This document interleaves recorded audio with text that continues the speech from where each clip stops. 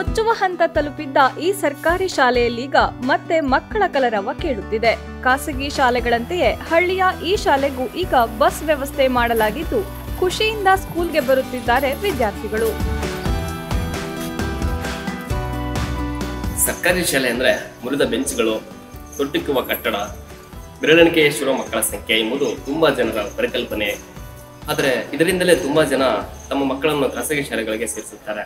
ಆದರೆ ಇಲ್ಲೊಂದು ಶಾಲೆ ಎಲ್ಲಾ ಶಾಲೆಗಳಿಗಿಂತ ಭಿನ್ನವಾಗಿದೆ. ಹಳೆ ವಿದ್ಯಾರ್ಥಿಗಳ ಸಂಘದ ನಿರಂತರ ಪರಿಶ್ರಮ, ಕಾರ್ಯಚಟುವಟಿಕೆಗಳಿಂದ ಇಡೀ ಶಾಲೆಯ ವಾತಾವರಣವೇ ಬದಲಾಗಿದೆ.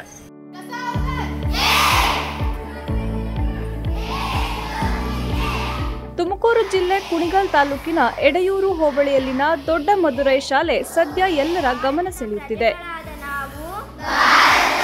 ಈ ಬದಲಾವಣೆಗೆ ಕಾರಣ ಶಾಲೆಯ ಹಿರಿಯ ವಿದ್ಯಾರ್ಥಿಗಳ ಸಂಘ.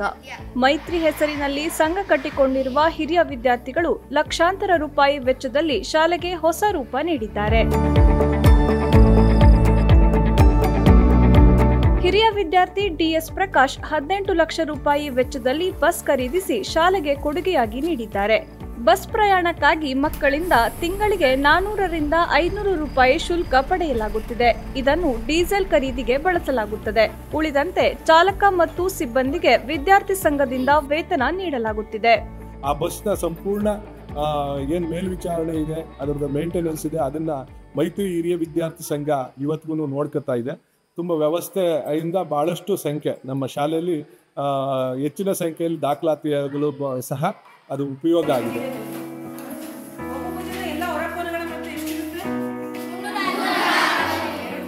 ಇದಕ್ಕೂ ಮುನ್ನ ಹಿರಿಯ ವಿದ್ಯಾರ್ಥಿಗಳು 20 ಲಕ್ಷ ರೂಪಾಯಿ ವೆಚ್ಚದಲ್ಲಿ ಹೈಟೆಕ್ ಸಭಾಂಗಣ ನಿರ್ಮಿಸಲು ನೆರವಾಗಿದ್ದರು. ಇದರ ಜೊತೆಗೆ ನರೇಗಾ ಯೋಜನೆಯಡಿ ಶಾಲಾ ಕಾಂಪೌಂಡ್, ಆಟದ ಮೈದಾನ, ಶೌಚಾಲಯ, ಪೌಷ್ಟಿಕ ಕೈತೋಟ ಮಾಡಲಾಗಿದೆ. ದೊಡ್ಡ ಮಧುರೈ ಸುತ್ತಮುತ್ತಲಿನ ಅಮ್ಮನಹಟ್ಟಿ, ನರಗಹಳ್ಳಿ, ಸಿಂಗಟಿಹಳ್ಳಿ, ಚಿಕ್ಕಮಧುರೈ, ಗೊಟ್ಟಿಗೆರೆ, ಜಲದಿಗೆರೆ ಮತ್ತು ಎಡೆಯೂರು ಸೇರಿ ಸುಮಾರು 12 ಗ್ರಾಮದ ಮಕ್ಕಳು ಈ ಶಾಲೆಗೆ ದಾಖಲಾಗಿದ್ದಾರೆ. ಹಿರಿಯ ವಿದ್ಯಾರ್ಥಿಗಳ ಪ್ರಯತ್ನಕ್ಕೆ ಗ್ರಾಮಸ್ಥರು ಕೈ ಜೋಡಿಸಿದ್ದರಿಂದ ಶಾಲೆಯು ಹಿಂದಿನ ವೈಭವಕ್ಕೆ ಮರಳಿದೆ. ಸ್ಕೂಲ್ ತುಂಬಾ ಚೆನ್ನಾಗಿದೆ, ಮತ್ತೆ ಟೀಚರ್ಸ್ ಕೂಡ ತುಂಬಾ ಚೆನ್ನಾಗಿದ್ದಾರೆ. ಮತ್ತೆ ನಾವು ಮೊದಲು ಹೋಗಿ ಬರ್ಬೇಕಾದ್ರೆ ತುಂಬಾ ಕಷ್ಟ ಆಗ್ತಿತ್ತು, ಮಳೆ ಬರ್ತಿತ್ತು, ಮತ್ತೆ ಚಿರತೆ ಕಾಟ ಅಂತಿದ್ರು. ಅದಕ್ಕೋಸ್ಕರ ಇವಾಗ ಬಸ್ ವ್ಯವಸ್ಥೆ ಮಾಡಿದ್ದಾರೆ. ಆ ಬಸ್ ವ್ಯವಸ್ಥೆ ಇವಾಗ ನಮಗೆ ಹೋಗಿ ಬರೋಕೆ ತುಂಬಾ ಅನುಕೂಲ ಆಗ್ತಿದೆ. ಹಾಗೆ ತುಂಬಾ ಮಕ್ಕಳು ಸೇರ್ಕೋತಾ ಇದ್ದಾರೆ. ಇನ್ನೂ ಸೇರ್ಕೊಡಿ ಅಂತ ಹೇಳ್ತೀನಿ. ಸ್ಕೂಲಲ್ಲಿ ಆಟ ಆಡೋದಕ್ಕಾಗಲಿ, ಪ್ರೇಯರ್ ಮಾಡೋದಕ್ಕಾಗಲಿ, ಪ್ರತಿಯೊಂದಕ್ಕೂ ಪ್ರೇಯರ್ ಮಾಡೋಕ್ಕೆ ಸಭಾಂಗಣ ಮತ್ತು ಆಟ ಆಡಲು ಪ್ಲೇ ಗ್ರೌಂಡ್ ಇದೆ, ಮತ್ತು ಊಟ ಮಾಡಲು ದೊಡ್ಡದಾದ ಜಾಗ ಕೂಡ ಇದೆ.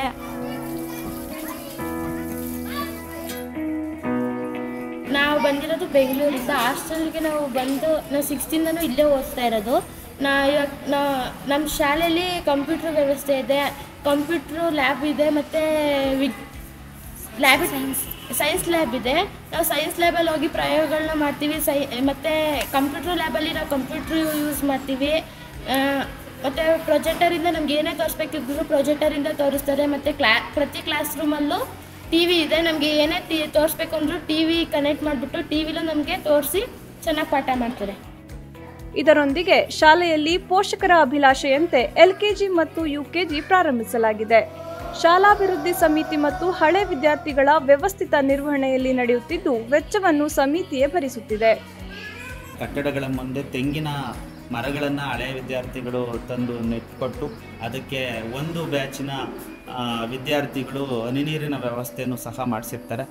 ಮತ್ತು ಯೂತ್ ಫಾರ್ ಸೇವಾ ಎನ್ನುವಂತಹ ಸಂಘ ಸಂಸ್ಥೆಯೊಂದು ನಮಗೆ ಸಾಕಷ್ಟು ಕೆಲಸಗಳನ್ನು ಮಾಡಿಕೊಟ್ಟಿದೆ. ಅದರಲ್ಲಿ ಸ್ಮಾರ್ಟ್ ಟಿವಿಯನ್ನು ಒಂದು ತರಗತಿಯಲ್ಲಿ ಅವರು ಅಳವಡಿಸಿಕೊಟ್ಟಿದ್ದಾರೆ.